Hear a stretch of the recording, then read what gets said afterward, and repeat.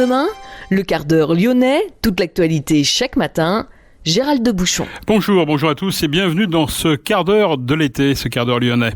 Le nombre des malades du Covid-19 hospitalisés continue de grimper. Les services de soins critiques qui reçoivent les cas les plus graves comptent 1371 patients contre 1331 malades ce mardi. Notez que le nombre de malades du Covid à l'hôpital est désormais de 8134 contre 7974 mardi. La maladie a emporté encore 53 personnes à l'hôpital hier. Les autorités sanitaires font état de 28 784 nouveaux cas de Covid détectés ces dernières 24 heures. Contre l'obligation vaccinale et le pass sanitaire, la CGT Santé, Action Sociale et Sud Santé Sociaux organisent ce jeudi de 11h à 16h un pique-nique revendicatif à proximité de la préfecture quai Victor-Augagneur. Par la même occasion, les deux organisations syndicales demandent un véritable plan emploi, l'amélioration des conditions de travail ou encore un régime de retraite à 60 ans. L'un des principaux syndicats de pompiers a par ailleurs annoncé avoir déposé un préavis de grève nationale illimité à partir de lundi pour protester contre l'obligation vaccinale des pompiers. Lyon demain, un site internet, du son, de l'image, un média complet pour les Lyonnais qui font avancer la ville. Les hommes et femmes en robe rassemblés hier devant la Maison des Avocats en soutien au peuple libanais, un an après l'explosion du port de Beyrouth qui a dévasté une partie du centre-ville, c'était le 4 août 2020. Un rassemblement en soutien au peuple libanais et à leurs homologues touchés par cette catastrophe. À travers cette commémoration, les avocats lyonnais ont pointé du doigt les dysfonctionnements du système politique au Liban qui entravent le travail de leurs confrères alors que l'enquête piétine un an après le drame. Plusieurs avocats sont morts dans l'explosion. La maison des avocats à Beyrouth a été détruite. 10 millions d'euros à l'association Les Amis de la Terre. Le Conseil d'État a condamné l'État à payer cette somme pour n'avoir pas pris les mesures suffisantes pour améliorer la qualité de l'air. Une somme record qui pourra être renouvelée dans 6 mois si la décision n'est pas exécutée pleinement. Selon les modes de calcul, on estime que la pollution de l'air est à l'origine de 48 000 à 67 000 décès prématurés par an en France.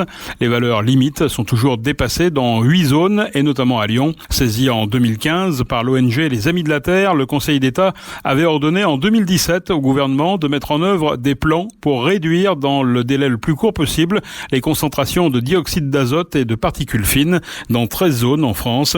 Ceci dans le but de se conformer aux exigences de la directive européenne sur la qualité de l'air. Le Conseil d'État avait constaté le 10 juillet 2020 que les valeurs limites étaient toujours dépassées malgré la mise en place de certaines mesures, comme le lancement d'une procédure d'évaluation des politiques publiques en matière de qualité de l'air. L'État avait également promis l'instauration de nouvelles zones à faible émission ou encore la conversion du parc automobile national vers des véhicules moins polluants ou encore l'interdiction progressive des chaudières à gaz ou à fioul. Des mesures qui n'ont donc pas suffi. Lyon demain, Jardin Perché. C'est un des projets phares de la nouvelle municipalité lyonnaise, la création du parc des Balmes à Lyon. Un parc qui permettra de connecter et mettre en valeur des espaces verts existants. Pour en savoir plus, nous avons rencontré Nicolas Husson, adjoint en charge des espaces verts, des parcs et jardins.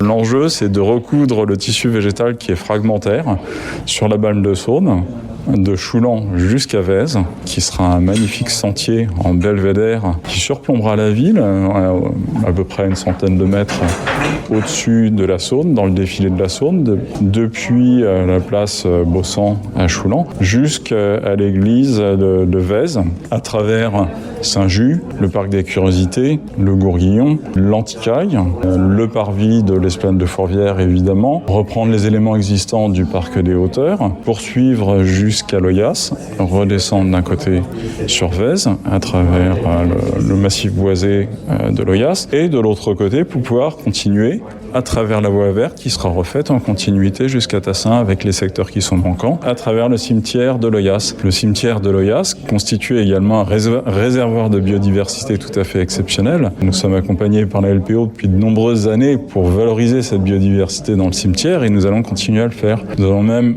au-delà de cette biodiversité spontanée, naturelle, avoir un petit peu d'animalité domestiquée dans ce parc, puisqu'on pourra désormais avoir une ferme urbaine sur la réserve foncière qui est située en contrebas du cimetière. 3 hectares de ferme pour, une fois de plus, rendre la nature accessible aux citadins. Beaucoup d'enfants n'ont pas forcément toujours le loisir, le plaisir ou la curiosité de pouvoir aller découvrir qu'est-ce qu'une ferme. Une ferme, ce ne sont pas seulement des animaux qui finissent en steak haché dans les assiettes, ce sont aussi des des vrais animaux qui ont une vie, qui ont du ressenti, et c'est tout à fait intéressant comme expérience pour les enfants de pouvoir être à la portée des animaux pour pouvoir avoir cet échange, cette communication avec le monde vivant. Sur le parc des Balmes, justement, il y a une faune et une flore particulière qu'on va découvrir en créant ce parc. Il y a une faune qui est assez riche, les études d'impact et de biodiversité en témoigneront ultérieurement, mais qui est une faune mésophile qui peut être intéressante par rapport au milieu assez ensoleillé. Je pense notamment au côté Vèze, où on a des coteaux qui sont très ensoleillés sur des milieux secs. On peut y voir par exemple des reptiles. J'ai croisé par exemple l'autre jour une couleuvre qui était assez intéressante. Alors on n'a pas trop de milieu aquatique puisqu'on est en contexte de Balme, donc c'est un petit peu compliqué d'avoir de l'eau. Après je pense qu'il y a des cortèges floristiques qui sont assez intéressants, il y a des continuités écologiques qui doivent être préservées à travers des boisements qui seront relativement sauvages pour avoir ce bois mort par exemple qui permet d'y voir des piquets-pêches comme j'ai vu l'autre jour. Parce que ce parc finalement il est raccordé également avec le Beaujolais et en bas par d'autres zones boisées aussi. Hein. Ouais. C'est par là que des animaux entrent dans la ville parfois. C'est ça, ce sont les continuités qui peuvent se faire et qui sont parfois surprenantes puisqu'on peut y retrouver des renards, des blaireaux, des animaux qu'on n'est pas habitué à voir en ville. Alors ça pose la question de la cohabitation de l'homme à la faune sauvage. Parfois il y a des appréhensions, des craintes même quand quelqu'un rencontre un serpent. Qu'est-ce que c'est ? Pourquoi un serpent en ville ?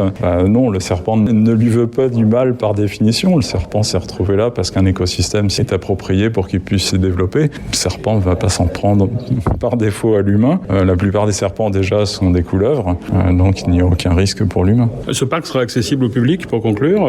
C'est pas uniquement quelque chose pour les botanistes ou pour les spécialistes. C'est tout l'enjeu en fait. C'est le bénéfice des services écosystémiques. Et quand on parle de services écosystémiques, c'est l'ensemble des services qui contribuent au maintien de la biodiversité en tant que telle, mais également pour ces bénéfices qu'elle apporte à l'humain. Que ce soit des bénéfices alimentaires, ce qu'on a pu faire par exemple avec les vergers municipaux. Peut-être qu'on remettra de la vigne. Autrefois, il existait de la vigne sur les coteaux de la Saône dans le parc des...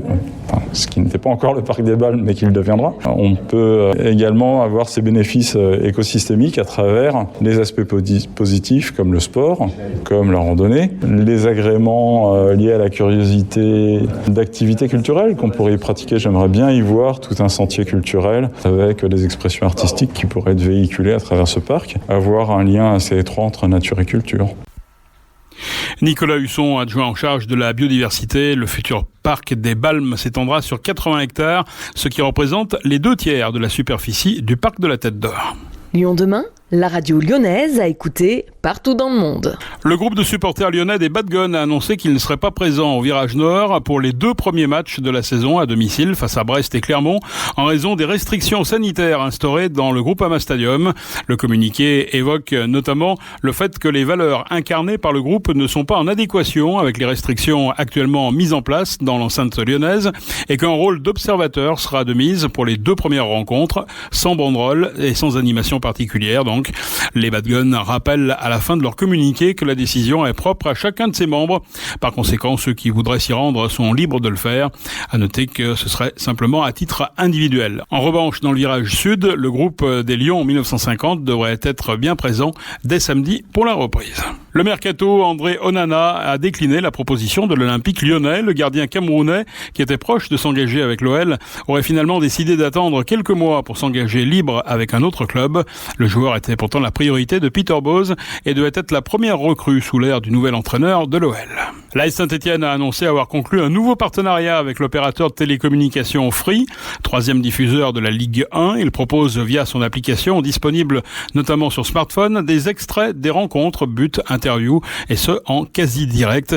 Également des reportages en immersion. C'est la fin de ce quart d'heure lyonnais. Merci de l'avoir suivi. On se retrouve demain, même heure, même antenne. En attendant, restez prudents.